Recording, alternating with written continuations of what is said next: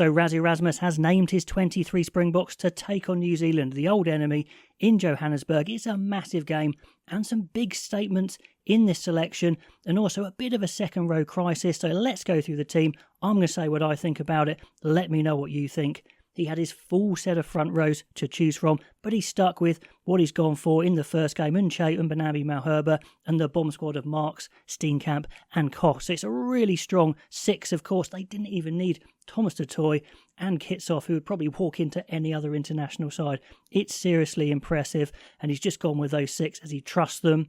Second rows, there are some injuries. Etzebeth, big blow, he's out. I'm sure he would have been starting, but luckily Pieter-Steph du Toit is an amazing player. He stepped up to second row before and looked great, so he's in there with Nortje, and he is a really good player as well. 26 years old, as are quite a lot of these new players coming into this Springbok side. A lot of teams, when they look to the future, have to look down a bit younger to players just coming out of the under-21s. England are no exception, but there's lots of guys in and around that 26-year-old coming in. Ben Jason Dixon, Fassi. So it's a good age to come into the international setup when you've had plenty of rugby under your belt.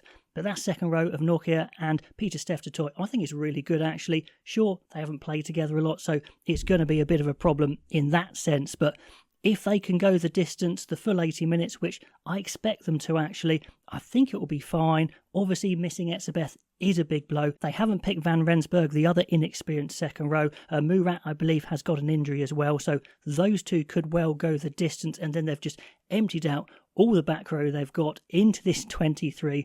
So they're starting with Ben Jason Dixon there at blindside, and he is kind of the Pieter-Steph du Toit clone, another 26-year-old, very tall. He could step into the second row if needed. I don't think they want to do that, but he would kind of be my first choice, and then maybe Elric Lowe stepping in there as my second choice, but they probably don't want to do that. They've got three replacements in the back row, Khaleesi, the captain, at open side, and then a big statement to Elric Lowe saying, you did well, but not good enough, because Jasper Wiese is straight back in from his suspension. So that's a big doff of the cap to Jasper Wiese saying, you're the power man, you're the explosive carrier, and Elric Lowe not quite there yet. So they've got an entire back row on the bench. They may well all feature at some point, in those second rows staying the same, I imagine. In the back line, it was probably always going to be a combination of Reinach and Williams. Just who was going to start. There's been plenty of fans of Williams in the comments, but I'd gone for this backline, actually this exact backline, so I'm pretty happy. I love Cobus Reinach, into his 30s now, of course, but he's still a hell of a player. Grant Williams, 28, so he's no spring chicken, but he could certainly have many years in the Springboks. Loads of people want him to start. Super explosive off the bench. Hendrickse is in the squad, not needed. He's just come into the squad for the injured de Klerk. At 10, there's the big statement. Sasha Feinberg Mngomezulu continues at 10. So Erasmus has put a lot of faith in Mngomezulu to say, you can take on the All Blacks at home. We trust you. Pollard's there if needed, or will he come on at 12 and they'll do something a little bit funny?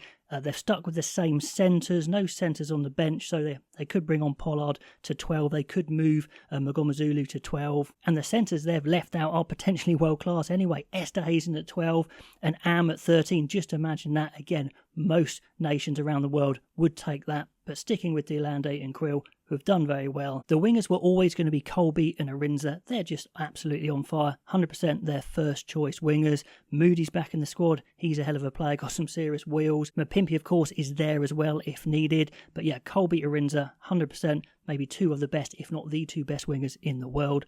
And the big question was, would they go back to Willie le Roux at 15 with his skills?